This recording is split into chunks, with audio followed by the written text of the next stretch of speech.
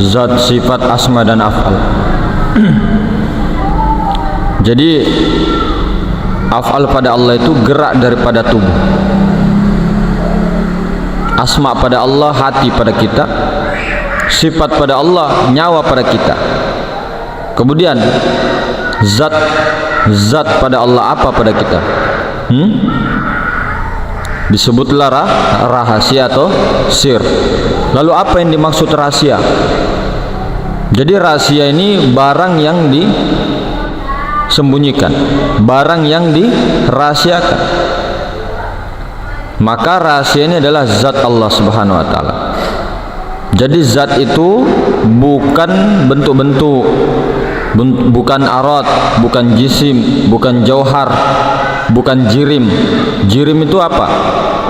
Bertubuh kasar.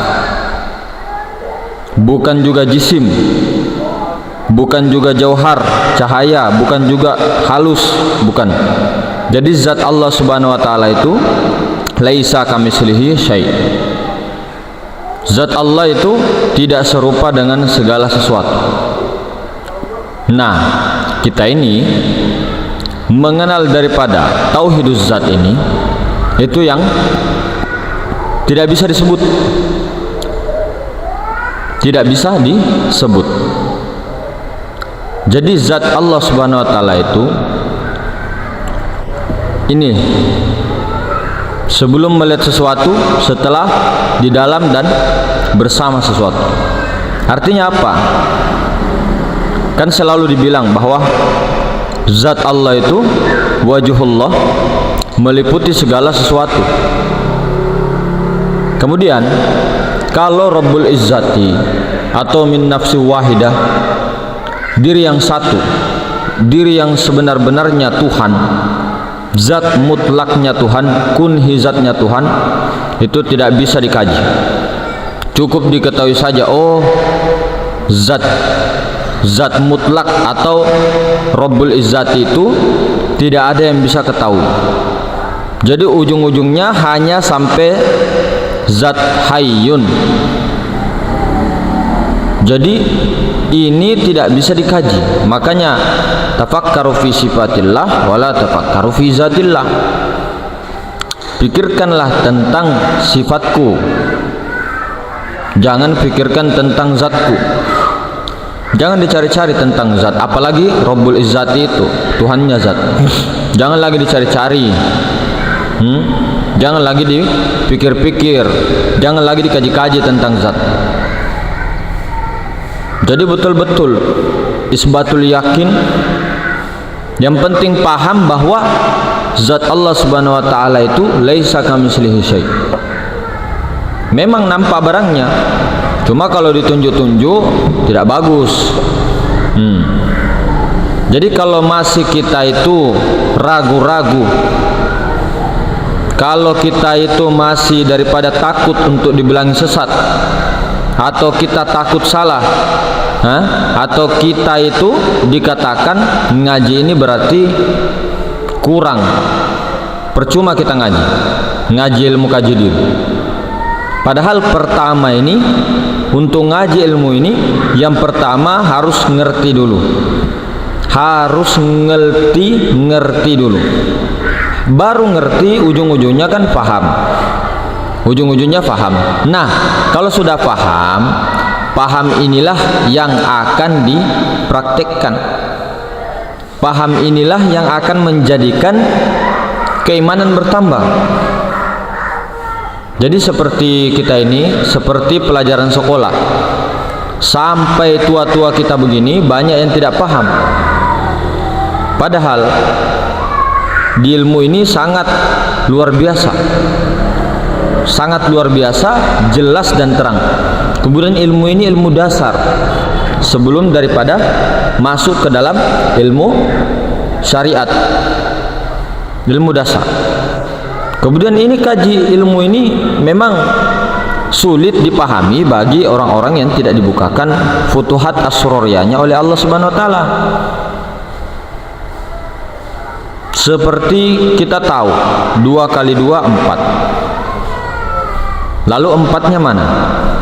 2 kali 2 4. 4-nya mana? 4 kali 4 16. 16-nya mana? Nah, 16-nya mana? Tahu dari dulu, dari SD kita tahu 2 kali 2 4, tapi 4 yang mana tidak tahu kita. Kita tahu 1 tambah 2 3, tapi 3-nya yang mana kita tidak tahu. Dari dulu dikaji-kaji tuh, dari dulu ilmu ma'rifat begini tuh dari dulu, tapi kita tidak tahu yang mana nomor 3 itu, yang mana 1 tambah 2 itu 3, 3-nya itu yang mana. 2 tambah 2 4, 4 itu apa? 4 itu isi. Nah ini 4 itu isi. Ini 2, itu 2. Nah, ke sana 2, ke sini, di sini 2, di sana 2. Nah, isi. Nah, 4 ini isil. 4 isi. Zat, sifat, asma, af'al. Alif, lam, ha. Begitu juga kita ngaji, kaji diri seperti ini. Jadi jangan pernah kita itu tidak mempraktikkan ketika sudah paham teorinya, dipraktek. Oh, saya takut mas karena nanti ada keakuan diriku. Keakuan diri itu bukan berarti kita tidak ngapa-ngapain. Kan selalu dibilang ikhtiar itu dipahami bagi para ahli mukasyafah itu juga atas kuasa dan kehendaknya Allah Ta'ala. Nah, jadi ketika kita berikhtiar juga pun itu bukan ikhtiar kita, kelihatannya ya kita, tapi ikhtiarnya itu atas dasar kuasa dan kehendaknya Allah Ta'ala juga. Jadi bukan berarti kita tidak ngapa-ngapain, tapi kalau memang begitu itu maunya, begitu memang itu kisahnya, jalannya ya memang seperti itu. Kamunya memang perangkatnya begitu. Nah, beginilah ilmu-ilmu kaji diri.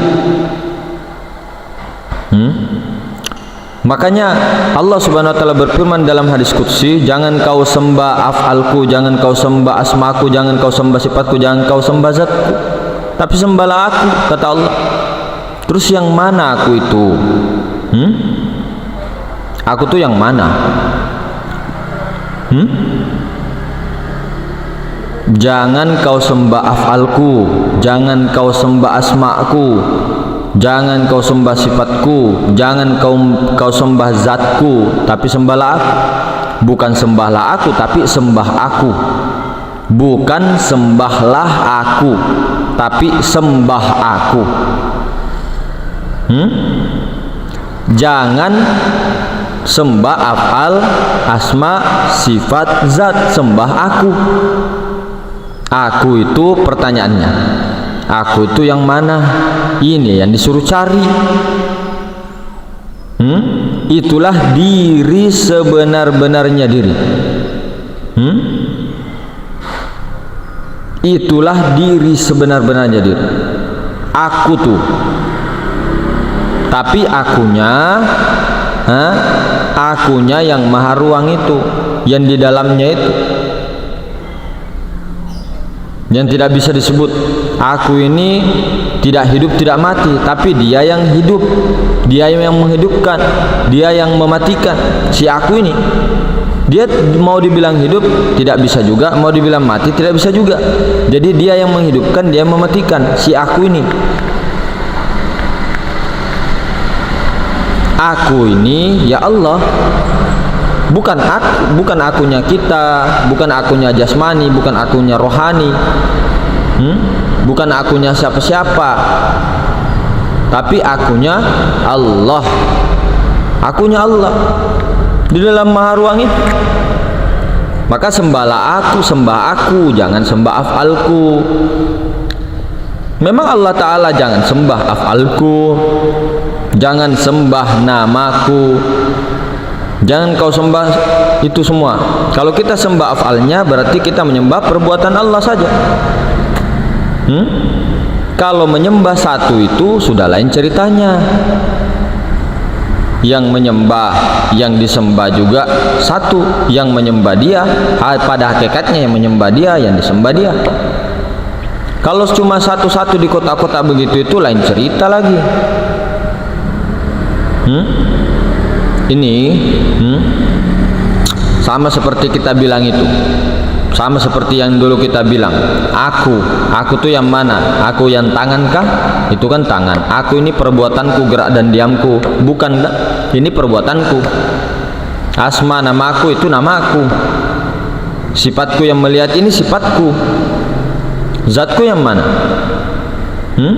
Zatku yang sir itu, yang rahasia. Tapi yang aku yang mana? Kalau zatku kan zat aku. Akunya yang mana? Bukan, saya pertanyaannya bukan zat, sifat, asma, afal. Pertanyaannya aku tuh yang mana? Nah, inilah aku, inilah yang dikatakan Allah. Maka di dalam rahasia itulah, di dalamnya rahasia itu ada aku. Laisa kamitslihi syai'. Nah, bagan inilah yang disuruh cari. Artinya kita ini ada berlapis-lapis, tubuh, hati, nyawa, sir, rahasia. Di dalam sir ada aku.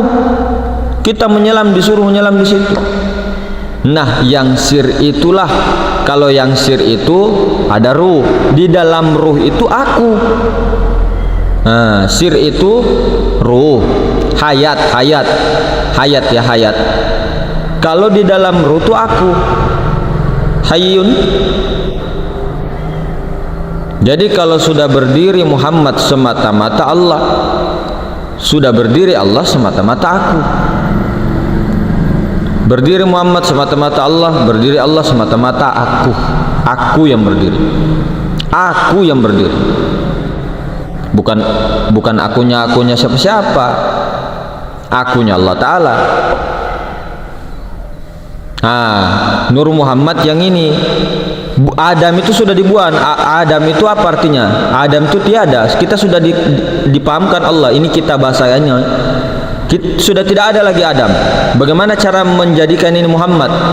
Kepala ini jangan lagi pandang kepala, ini mim. Bahu ini jangan pandang bahu, ha. Pusat ini pandanglah mim. Kaki ini pandanglah dal. Mim, ha, mim, dal. Muhammad. Muhammad apa? Nur Muhammad.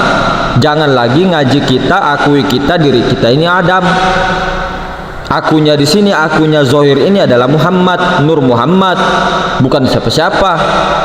Pandang ini loh, mim, ha, mim, dal. Ini nih loh, diri zohir jelas-jelas loh, mim, ha, mim, dal. Ini dal. Jadi yang dimaksud di dalam Al-Quran itu siapa? Nur Muhammad, Rasulullah. Pada diri kalian masing-masing itu ada Rasulullah. Yang penting jangan disosokkan, jangan diartikan dua. Ini yang mesti dipahami dulu. Jadi jasad, kalau jasad kita ini dihancurkan, dijadikan diri zahir kita ini Nur Muhammad, ruh itu dihancurkan juga daripada Nur Ilahi. Jadi diri zahir itu Muhammad, diri batin Allah, Nur Ilahi. Jadi diri zahir Muhammad, batin Allah. Jadi Nur Muhammad dengan Nur Ilahi, artinya Muhammad dengan Ilahi. Tapi Nur Muhammad itu tiada lain sebenarnya daripada Nur Ilahi. Maka dikatakan berdiri Muhammad semata-mata Allah yang berdiri. Semata-mata seolah-olah zohirnya Muhammad, batinnya Allah. Tapi kita tidak memandang ini loh. Kita tidak memandang Adam lagi. Kita tidak memandang jasmania loh. Kita memandang ini sudah dijadikan Muhammad.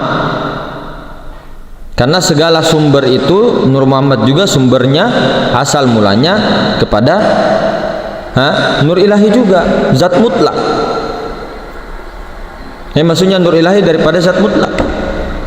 Jadi Nur Muhammad daripada Nur Ilahi daripada zat yang sebenarnya zat.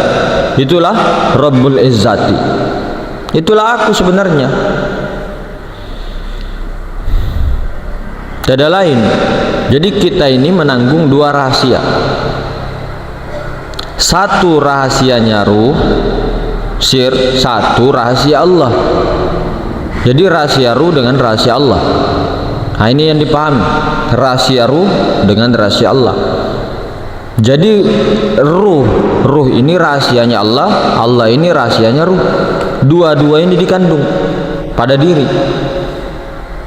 Kalau terbuka rahasia ruh ini, maka terbukalah rahasia Allah. Paham nggak kita?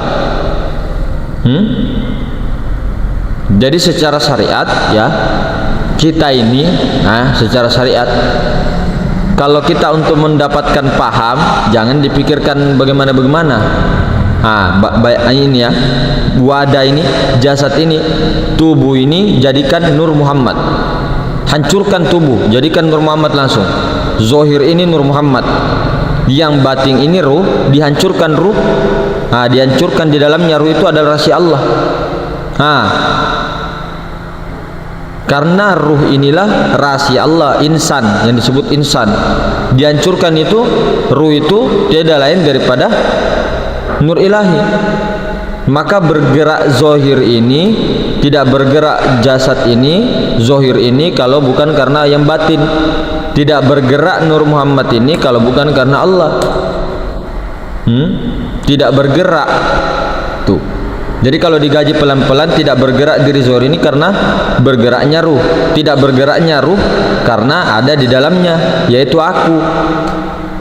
Jadi ini esa. Jadi kita menceritakan tentang martabat-martabat, kedudukannya.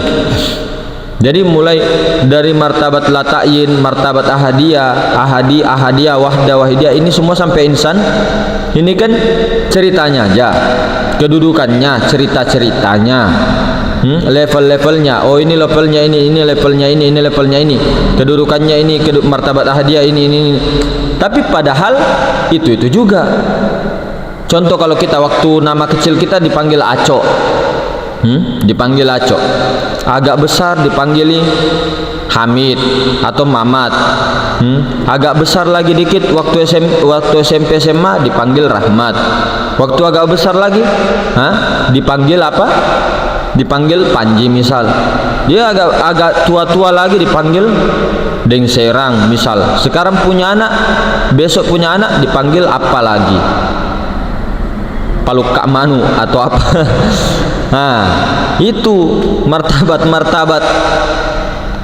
Jadi dia secara hakikatnya memang memang.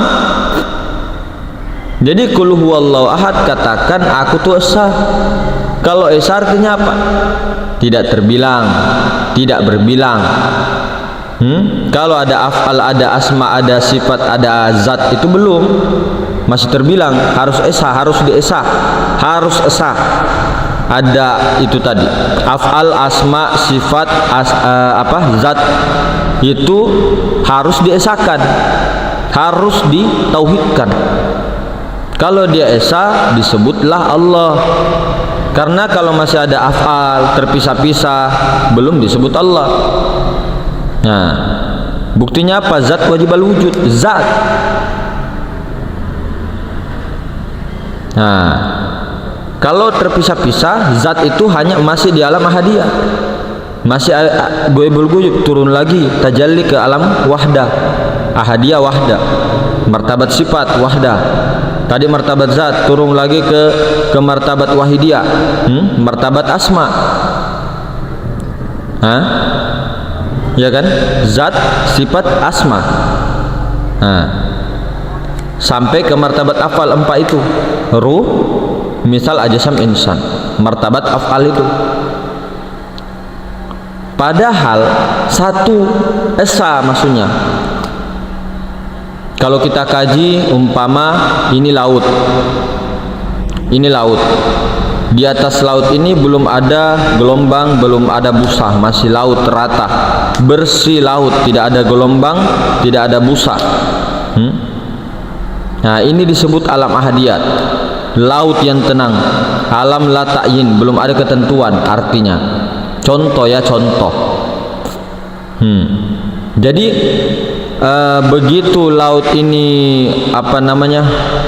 menunjukkan sifatnya, maka bergerak dia. Kira-kira begitu. timbullah gelombang. Habis gelombang timbullah busa. Tapi gelombang ini adalah laut juga. Sebutannya gelombang, tapi air juga kan? Air. Cuma sudah bersifat, kira-kira begitu. Jadi karena gelombang ini taruhlah berbenturan satu sama lain, ya tak? Timbullah buih. Nah, buih ini siapa? Buih ini masih air atau bukan? Kan masih air, masih tetap air. Maka dikatakan sesungguhnya segala sesuatu yang ada ini, segala sesuatu yang ada ini, bahasa sederhananya adalah kenyataan mazhar daripada af'al, asma, sifat dan zat. Mazhar kenyataan zat, sifat, asma dan af'al. Namun pada hakikat, jadi wujud segala wujud ataupun maujud wujud ini adalah wujud Allah. Segala macam wujudnya buih, gelombang, laut, air, itu semua wujudnya air. Makanya dikatakan walillahil masyriqu wal maghribu fa inna ma tuwallu fa thamma wajhullah. Barat dan timur adalah milikku, kata Allah. Kemanapun engkau hadapkan wajah Muhammad, menghadap dimanapun, di situ ada wajahku, disitulah wajah, kata Allah. Ayo, mau bagaimana lagi? Kira-kira bagaimana lagi? Mau menyesatkan orang berapa ribu orang gitu? Jadi apa? Tugas kita ini kalau sudah paham, sudah dipahamkan untuk mendudukkannya, ketika sudah paham, maka tugasnya adalah diam. Maka segala sesuatu yang itu diesakan. Bagaimana caranya diesakan? Bukan diesakan Allah, tapi kita ini yang mau dimatikan, kemudian esalah Allah. Segala apa yang ada itu adalah Allah. Maka caranya, kiatnya bagaimana? Jangan dulu keluar diri kita dulu yang mau diesakan. Kalau ini terlalu jauh, nggak nyampe nanti. Bingung, ke diri aja dulu. Nanti kalau sudah paham tentang diri ini, itu kita sudah paham yang luar. Jadi segala apa yang ada pada diri kita ini af'al Allah, asma Allah, sifat Allah, zat Allah. Jadi di mana kita di situ? Tidak ada. Ini yang mau disadari. Nah, ketika mengangkat ini apa ini? Af'al Allah ini. La tataharrakal jasad illa bi'iznir ruh. Illa bi'iznillah. Tidak bergerak jasad ini kalau bukan karena ruh, tidak bergerak ruh ini kalau bukan aku, kata Allah. Itu pahami. Ini yang dikatakan mengenal diri, mengkaji diri. Tiada daya dan upaya, habis daya dan upaya kita, selesai. Cukup dimusyahadahkan terus menerus sampai dapat fana. Kalau sudah jadi batang, otomatis baru ada ranting, ada dahan. Kalau sudah ada dahan, ada ranting otomatis. Kalau sudah ada ranting, otomatis ada daun, otomatis ada buah. Nah, ini juga kayak begini. Kalau sudah kaji ini jadi pada diri, besok mau dijadikan apa saja, jadi.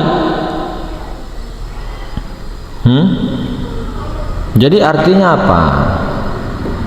Tahu siapa diri sebenar-benarnya. Itu. Jadi tidak lagi kita keliru, tidak lagi kita bingung. Kalau sudah mengerti, betul-betul nanti tidak ada lagi keraguan, tidak ada lagi rasa sedih, tidak ada lagi rasa-rasa takut apapun, tidak ada lagi. Jadi rasa-rasa semua itu hilang, sudah lenyap, tidak bertahan, semua sudah lebur. Keakuan kita yang ada hanya sadar Allah, setiap saat berkekalan Allah Ta'ala sendiri. Allah Ta'ala sendiri yang menyadari akan dirinya sendiri wujudnya, bukan kita. Kelihatannya ya kita. Makanya disuruh belajar kan di pondok atau di mana-mana itu kaji sifat 20. Itu yang paling penting. Insyaallah berguna dunia akhirat. Insyaallah dunia akhirat. Itu dulu yang mau dibenarkan, tauhidnya itu, akidahnya. Harus tahu membedakan juga mana makhluk, mana khalik, mana muhaddas, mana qadim. Muhaddas itu sesuatu yang dijadikan. Muhaddas itu sesuatu yang baru, diciptakan, atau sesuatu yang sudah tajalli. Tuh muhaddas, secara bahasa aja ini. Kalau kita keluar, semua muhaddas. Kalau kita ke dalam, sampai ke nur ilahi itu, Allah Ta'ala tidak muhaddas, Allah Ta'ala itu qadim. Memang kalau dibilang Nur Muhammad ketika keluar muhaddas, tapi yang Ahmad, kalau Muhammad batin namanya Ahmad, gelarnya Rasul. Nur Muhammad yang batin itu Ahmad, itu kan qadim itu. Kalau Nur Muhammad yang ini, Nur Muhammad yang zohir ini, yang kita keluar, atau Nur Muhammad yang alam semesta, ya saya sepakat juga itu muhaddas secara teori, secara syariat kenyataan, ya kan jelas. Masa alam semesta bukan muhaddas? Ya jelas muhaddas lah, ini muhaddas lah.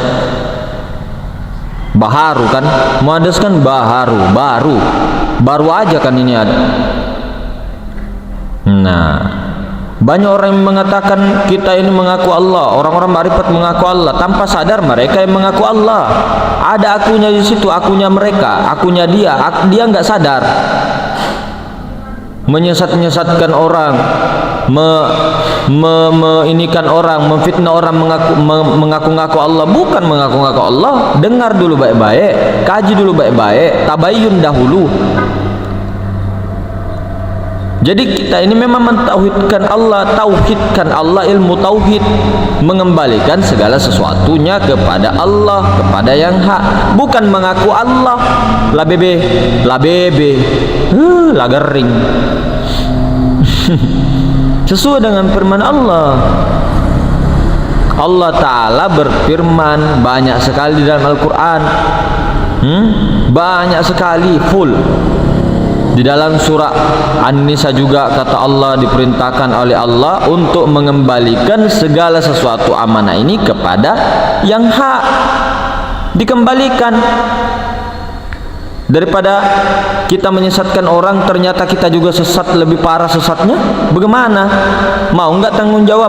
Kalau oleh Allah yang disesatkan bagaimana? Sementara kita hari-hari kita berleha-leha di tempat tidur, pegang tasbih sok-sokan, misal